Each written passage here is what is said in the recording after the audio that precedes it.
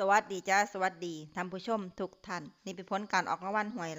ลาวพัฒนาประจำวันที่9 มิถุนายน2569รางวัลเลข2ตารางเลขคี่ออก5252รางวัลเลข2ตัวบนเลขคี่ออก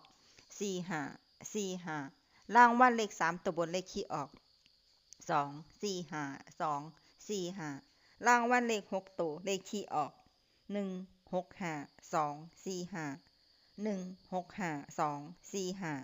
นี่ก็เป็นผลออกมันหวยลาวพัฒนาประจำวันที่9 มิถุนายน2569ขอให้โชคดีมีชัยถูกหวยลาวพัฒนาได้รับเงินกับคนเด้อจ้าฝากไว้ในเด้อจากซับตะไคร่กดติดตามและเป็นกำลังใจขอขอบคุณทุกท่านที่เข้ามารับชมและรับฟังแล้วมาพบกันใหม่ในผลการออกหวยลาวพัฒนาใหม่ในวันพรุ่งนี้สำหรับมื้อนี้ขอบคุณและสวัสดีจ้า